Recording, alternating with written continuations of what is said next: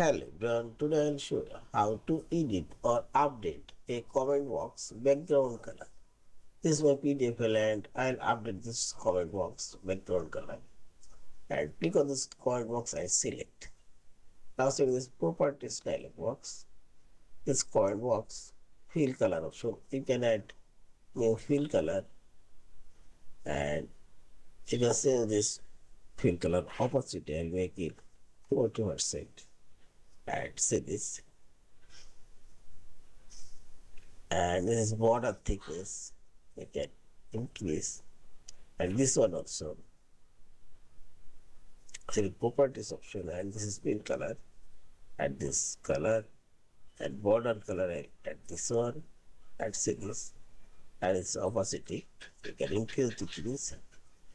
Also, you can modify this size and move anywhere, and so on.